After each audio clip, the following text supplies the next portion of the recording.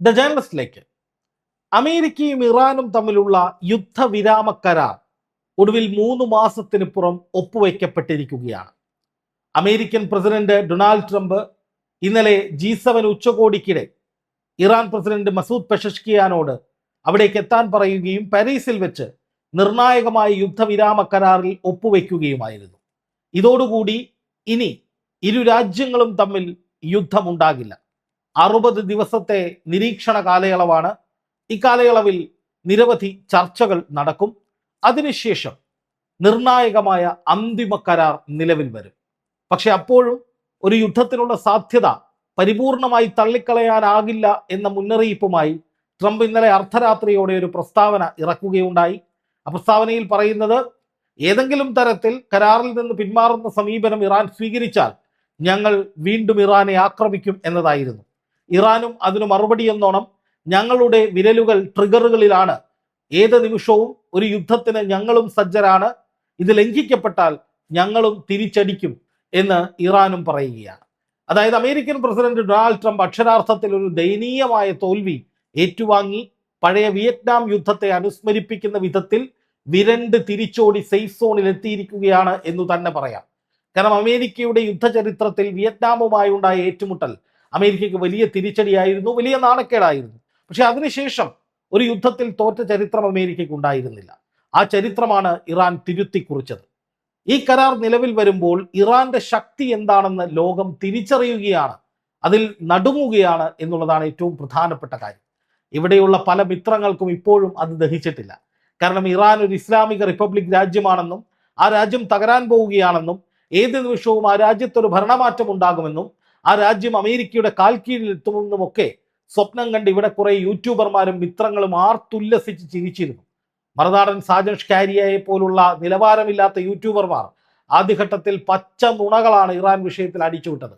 Iran തീരാൻ പോകുന്നു, Iran ഇല്ലാതാകുന്നു, ഇറാനിൽ അമേരിക്ക ഭരിക്കുന്നു, അമേരിക്കൻ അച്ചായൻ ഇറങ്ങിയിരിക്കുന്നു, ഇസ്ലാമിക് റിപ്പബ്ലിക് തകരും എന്നൊക്കെ പറഞ്ഞ് നിരവധി പച്ച നുണകൾ, വ്യാജ വീഡിയോകൾ ഇവർ അടിച്ചുവിട്ടു. എന്നാൽ അതേസമയം ഇതൊക്കെ തെറ്റാണെന്നും യാഥാർത്ഥ്യം ഇതല്ല എന്നും പറഞ്ഞ് ദ ജേർണലിസ്റ്റിലൂടെ ഞാൻ നിരന്തരമായി ഈ നുണകൾ പൊളിച്ചടുക്കിയതോടെ ഇവർക്കും ഒടുവിൽ സത്യം പറയാതിരിക്കാൻ കഴിയാത്ത അവസ്ഥ വന്നു.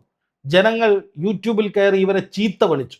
ഒടുവിൽ ഇപ്പോ എന്താണ് സംഭവിക്കുന്നത് എന്നത് സംബന്ധിച്ച് ഇന്നലെയും മിനിഞ്ഞാന്നുമായി ദ ജേർണലിസ്റ്റ് ചെയ്ത അതേ വീഡിയോ അങ്ങനെ തന്നെ കോപ്പി അടിക്കുന്ന രീതിയിൽ സാജൻ ഷ്കാരിയയെ പോലുള്ളവർ വീഡിയോകൾ ചെയ്തിരിക്കുന്നു. നല്ല കാര്യമാണ്.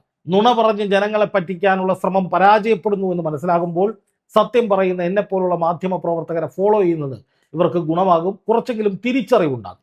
എന്തായാലും ഇപ്പോൾ സംഭവിക്കുന്ന കാര്യങ്ങൾ നമ്മൾ അനലൈസ് ചെയ്യുമ്പോൾ ഈ വിഷയത്തിൽ അമേരിക്കയ്ക്ക് ഉണ്ടായിരിക്കുന്ന തിരിച്ചടി അതിദയനീയമാണ് എന്ന് പറയാതെ വയ്യ. അതായത് അമേരിക്കയ്ക്ക് എന്തിൻ്റെ കേടായിരുന്നു എന്ന് ലോകം ഈ യുദ്ധം തുടങ്ങിയ സമയത്ത് ചോദിച്ചതാണ്.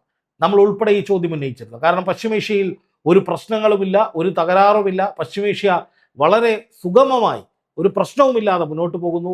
ഇറാനെ സംബന്ധിച്ച് ഇറാൻ അവരുടെ ആഭ്യന്തര കാര്യങ്ങളിൽ മുഴുകിയിരിക്കുന്നു. അറബ് രാജ്യങ്ങൾ അവരുടെ ട്രേഡിംഗ് ഉൾപ്പെടെയുള്ള കാര്യങ്ങളുമായി മുന്നോട്ട്. അങ്ങനെ പശ്ചിമേഷ്യയിൽ യാതൊരു പ്രശ്നവുമില്ല. ഇസ്രായേൽ ആണെങ്കിൽ ഗസയിൽ വെടിനിർത്തൽ വന്നതിന് ശേഷം അവിടേക്കും ആക്രമണം നടത്തുന്നില്ല. മൊത്തത്തിൽ ഒരു സമാധാന അന്തരീക്ഷമായിരുന്നു. പൊടുന്നനെയാണ് ട്രംപ് യുദ്ധത്തിന് ഇറങ്ങിത്തിരിച്ചത്. ഇസ്രായേലിന്റെ വാക്കുകേട്ട് ഇറങ്ങിത്തിരിച്ച ട്രംപിന് തുടക്കത്തിൽ തന്നെ കാര്യം മനസ്സിലായി, സംഗതി കയ്യിൽ നിന്ന് പോയി എന്ന്. അതിനുശേഷം പലതവണ യുദ്ധവിരാമത്തിന് വേണ്ടി, വെടിനിർത്തലിന് വേണ്ടിയുള്ള പല ശ്രമങ്ങളും നടത്തിയെങ്കിലും അതൊന്നും വിജയിപ്പിച്ചെടുക്കാൻ ട്രംപിന് കഴിഞ്ഞില്ല എന്നുള്ളതാണ് യാഥാർത്ഥ്യം. അങ്ങനെ ഏറ്റവും ഒടുവിൽ ഇറാൻ നൽകിയ നിർദ്ദേശങ്ങളെല്ലാം അക്ഷരം പ്രതി അനുസരിക്കുന്ന വിധത്തിൽ 14 ഇന നിർദ്ദേശങ്ങൾ ഉൾപ്പെടുത്തിക്കൊണ്ട് ഒരു വെടിനിർത്തൽ കരാർ ഉണ്ടാക്കി അതിൽ ഒപ്പുവെച്ച് തടി തപ്പുകയാണ് ട്രംപ് ചെയ്തിരിക്കുന്നത്. ഇസ്രായേലും അതിദയനീയമായി ഈ യുദ്ധത്തിൽ പരാജയപ്പെട്ടു എന്നുള്ളത് നമ്മൾ കാണാതിരുന്നുകൂടാ. കാരണം ഇസ്രായേൽ പ്രധാനമന്ത്രി ബെഞ്ചമിൻ നെതന്യാഹുവിന് ഇത്രയും കാലം ഒരു അഹങ്കാരമുണ്ടായിരുന്നു. താൻ വിചാരിക്കുന്ന യുദ്ധ നീക്കങ്ങൾ എളുപ്പത്തിൽ അമേരിക്കയുടെ പിന്തുണയോടെ ഒരു തിരിച്ചടികളുമില്ലാതെ പശ്ചിമേഷ്യയിൽ നടത്തിക്കൊണ്ടു പോകാമെന്ന്. ഗസയുടെ കാര്യത്തിൽ നെതന്യാഹുവിന്റെ കണക്കുകൂട്ടലുകൾ ശരിയായി. ഹമാസിനെ തീർക്കാൻ കഴിഞ്ഞില്ലെങ്കിലും, ഹമാസിനെ അവസാനിപ്പിക്കാൻ കഴിഞ്ഞില്ലെങ്കിലും 10,000-കണക്കിന് സ്ത്രീകളെയും കുട്ടികളെയും ക്രൂരമായി കൊന്നൊടുക്കാൻ നെതന്യാഹുവിന് സാധിച്ചു. അതിന് അമേരിക്കയുടെ പിന്തുണയും കിട്ടി. പക്ഷെ ഗസയിൽ നിരാലംബര വെടിവെച്ച് കൊന്നതുപോലെ, ബോംബിട്ട് തീർത്തതുപോലെ അങ്ങനെ ഇറാനെ അങ്ങ് തീർത്ത് കളയാമെന്ന അമിത ആത്മവിശ്വാസത്തിൽ ഇറാനിലേക്ക് കടന്നു കയറിയതാണ് നെതന്യാഹുവിന് ഏറ്റവും വലിയ തിരിച്ചടിയായത്.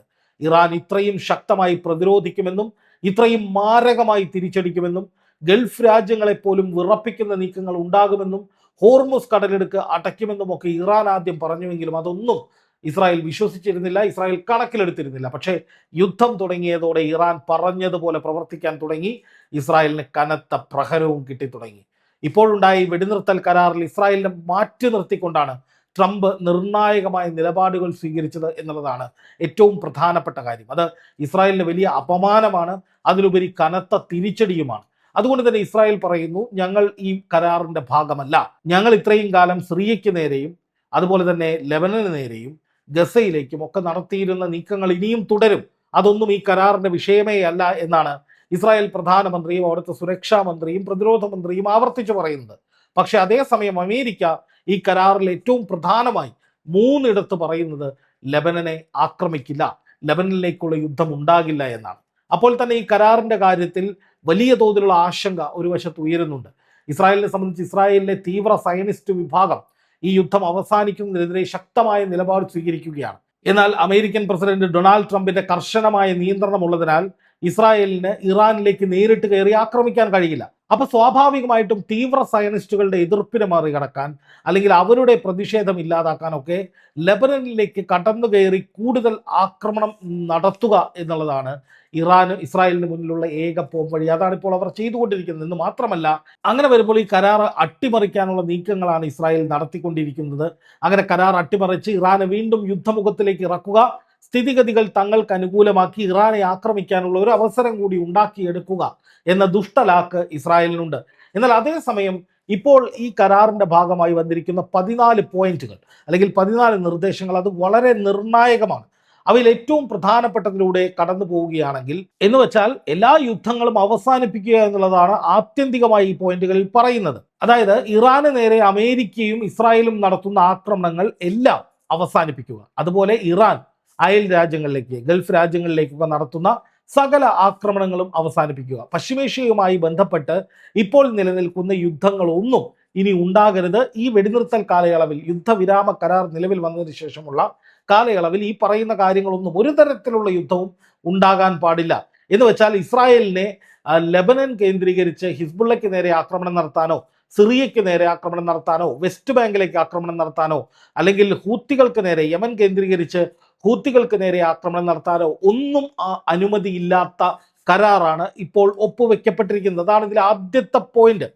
ഇതിനോട് ഇസ്രായേൽ പൂർണ്ണമായി വിയോജിക്കുകയാണ്. ഇസ്രായേലിന് വലിയ തിരിച്ചടിയും നിരാശയും ഉണ്ടാക്കുന്ന ഒരു കരാറാണിത് എന്ന് പറയുന്നതിന് കാരണം മറ്റൊന്നുമല്ല, ഇതിൽ ഏറ്റവും ആദ്യത്തെ പോയിന്റ് എന്ന് പറയുന്നത് തന്നെ, അല്ലെങ്കിൽ നിർദ്ദേശം എന്ന് പറയുന്നത് തന്നെ, ഇസ്രായേലിന്റെ സകല യുദ്ധ താല്പര്യങ്ങളും ഇല്ലാതാക്കുക എന്നുള്ളതാണ്.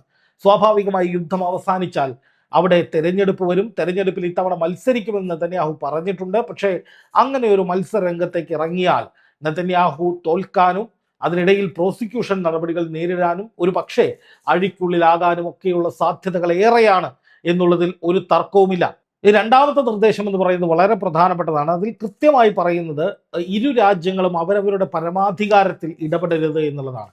ഇതുവരെയും ഇറാൻ അമേരിക്കയുടെ പരമാധികാര വിഷയങ്ങളിൽ ഇടപെട്ടിട്ടില്ല. അമേരിക്കയാണ് ഇറാന്റെ പരമാധികാരത്തിൽ എപ്പോഴും കയറി ഇടപെടാറ്. ഇപ്പോൾ ഈ യുദ്ധം ഉണ്ടായത് പോലും ഇറാന്റെ പരമാധികാരത്തിൽ അമേരിക്ക കടന്നു കയറി ആക്രമണം നടത്തിയതിൻ്റെ പ്രതിഫലനമാണ്. അപ്പം അതുകൊണ്ട് തന്നെ അത്തരമൊരു സംഭവം ഇനി ഒരിക്കലും ഉണ്ടാകരുത് എന്നുള്ളത് ഈ നിർദ്ദേശത്തിൽ വ്യക്തമായി പറയുന്നുണ്ട്.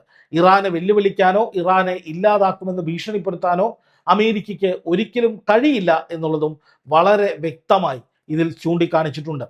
എന്ന് മാത്രമല്ല, ഇറാന് ഇഷ്ടമുള്ള ഇസ്ലാമിക് റിപ്പബ്ലിക് വിഭാവനം ചെയ്യുന്ന ഏത് നിയമങ്ങളും ഏത് മതപരമായ കാര്യങ്ങളും ഇറാനിൽ നടപ്പാക്കാനുള്ള പരിപൂർണമായ സ്വാതന്ത്ര്യം, അതിനെ മറ്റാരും ചോദ്യം ചെയ്യാൻ പാടില്ല, മറ്റാരും അതിൽ ഇടപെടാൻ പാടില്ല. അതിനുള്ള പരിപൂർണമായ സ്വാതന്ത്ര്യം ഈ കരാറിൽ പറയുന്നുണ്ട്. ഇനി അടുത്തത്, അമേരിക്ക ഇപ്പോൾ ഇറാന് നേരെ ചുമത്തിയിരിക്കുന്ന ഉപരോധങ്ങൾ പിൻവലിക്കുന്നതിനെ കുറിച്ചാണ്. അതായത് കരാർ നിലവിൽ വരുന്ന അന്ന് മുതൽ ഇറാൻ സുഗമമായി അവരുടെ പോർട്ടുകളിൽ നിന്ന് എണ്ണക്കപ്പലുകൾ നീക്കം, അതായത് അന്താരാഷ്ട്ര തലത്തിൽ ഇടപെടാനും വാണിജ്യ കരാറുകളിൽ ഏർപ്പെടാനും ഒക്കെ ഇറാന് പരിപൂർണമായ സ്വാതന്ത്ര്യം ഉണ്ടാകും. അതിന് പകരമായി ഹോർമുസ് കടലിടുക്കിലെ നിയന്ത്രണങ്ങൾ നീക്കാനായിട്ട് ഇറാനും ശ്രമിക്കും. പിന്നെ അഞ്ചാമത്തെ കാര്യം എന്ന് പറയുന്നത്, ഹോർമുസ് കടലിടുക്ക് പൂർണ്ണമായും തുറന്നു കൊടുക്കുക എന്നുള്ളതാണ്. അതിൽ ഭാവിയിൽ ചാർജുകൾ ഉണ്ടാകുമെന്ന് ഇറാൻ പറയുന്നുണ്ട്. അത് ഒരു പക്ഷേ ഇറാൻ അനുകൂലമായി വരാനുള്ള സാധ്യതയുണ്ട്. അതോടൊപ്പം അടുത്തത് ഏതാണ്ട് 30,000 കോടി ഡോളർ അമേരിക്ക പല വഴികളിൽ നിന്ന് സംഘടിപ്പിച്ച് ഇറാന് കൊടുക്കുകയാണ്. 24,000 കോടി ഡോളർ ഇറാന്റെ പിടിച്ചു വെച്ചിട്ടുണ്ട്.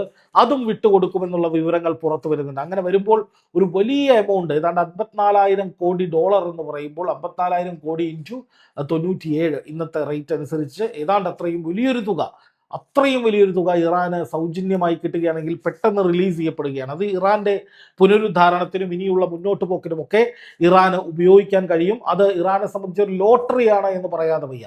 അതായത് ഇസ്ലാമിക് റിപ്പബ്ലിക് ഓഫ് ഇറാൻ ശക്തമായി മുന്നോട്ട് പോവുകയും ഈ ലോകക്രമത്തെ നിയന്ത്രിക്കുന്ന വിധത്തിൽ ഒരു വലിയ സാമ്പത്തിക ശക്തിയായി ഉയർന്നു വരികയും ചെയ്യുന്നതിനുള്ള സകല നീക്കങ്ങളും ഇറാൻ തുടങ്ങിയിട്ടുണ്ട്. അതിനുള്ള അനുകൂലമായ സാഹചര്യം ഇപ്പോൾ ഉടലെടുത്തിട്ടുണ്ട്. അത് അതിവേഗത്തിൽ പ്രാബല്യത്തിൽ വരികയും ഇറാൻ ശക്തമായി മുന്നോട്ട് പോവുകയും ചെയ്താൽ അത് ഇസ്രായേൽ എന്ന രാജ്യത്തിനുണ്ടാക്കുന്ന വലിയ ഭീതി അത് നമ്മൾ കാണുക തന്നെ വേണം. കാരണം ഇസ്രായേൽ വലിയ ഭീതിയിലാണ്. യുദ്ധമുണ്ടായത് പോലും ഇസ്രായേലിന്റെ ഭീതിയെ തുടർന്നാണ്. ഞങ്ങൾക്ക് ഇറാന്റെ കരുത്ത് വർദ്ധിക്കുന്നത് കണ്ട് സഹിക്കുന്നില്ല, അത് ഞങ്ങളെ നശിപ്പിക്കുന്നതിലേക്ക് കാര്യങ്ങളെ എത്തിക്കും, അതുകൊണ്ട് അതിനെ പിന്തുണയ്ക്കാൻ കഴിയില്ല, അതുകൊണ്ട് ഇറാനെ ആക്രമിക്കണം, ഇറാനെ നിലയ്ക്ക് നിർത്തണം എന്ന് പറഞ്ഞുകൊണ്ടാണ് ഈ യുദ്ധം തുടങ്ങിയത്. ഈ യുദ്ധം തുടങ്ങിയ സമയത്തുണ്ടായിരുന്ന ഇറാൻ നേരെ വലിയ ആക്രമണങ്ങൾ ഇപ്പോൾ നടത്തി ഇറാൻ അല്പം തകർന്നിരിക്കുന്നു. പക്ഷേ അതിൻ്റെ 10 ഇരട്ടി ശക്തിയിൽ ഇറാന് തിരിച്ചു വരാനുള്ള സാഹചര്യമാണ് ശരിക്കും പറഞ്ഞാൽ ഈ യുദ്ധം കൊണ്ടുണ്ടായത് എന്നുള്ളതാണ് യാഥാർത്ഥ്യം. അതുകൊണ്ട് തന്നെ ഇസ്രായേലിന് വലിയ ഭീതി ഉണ്ടാകുന്ന വിധത്തിലേക്ക് ഈ യുദ്ധം മാറിയിരിക്കുന്നു എന്ന് മാത്രമല്ല, ഇനി അങ്ങോട്ട് ഇറാൻ അതിശക്തമായി തിരിച്ചു വരികയും ഒരു ലോകശക്തിയായി മാറുകയും ചെയ്തിരിക്കുന്നു എന്നുള്ളതാണ് ഏറ്റവും പ്രധാനപ്പെട്ട വസ്തു. അതായത് ലോകശക്തി എന്ന് പറയുന്ന അമേരിക്ക ഇറാന് മുന്നിൽ മുട്ടിലിഴഞ്ഞ് ഇറാൻ പറയുന്ന നിർദ്ദേശങ്ങൾ ഉൾക്കൊള്ളിച്ച് ഒരു കരാറിൽ ഒപ്പുവെച്ച് അമേരിക്കൻ പ്രസിഡന്റ് ലോകശക്തിയുടെ തലവൻ തടി തപ്പിയിട്ടുണ്ടെങ്കിൽ അതിൻ്റെ അർത്ഥം അവരെ വിറപ്പിക്കുന്ന ഒരു ലോകശക്തിയായി ഇറാൻ നിലനിൽക്കുന്നു, ഇറാൻ മാറുന്നു, ഇറാൻ ഇനിയും മുന്നോട്ട് പോകുമെന്ന് തന്നെയാണ്.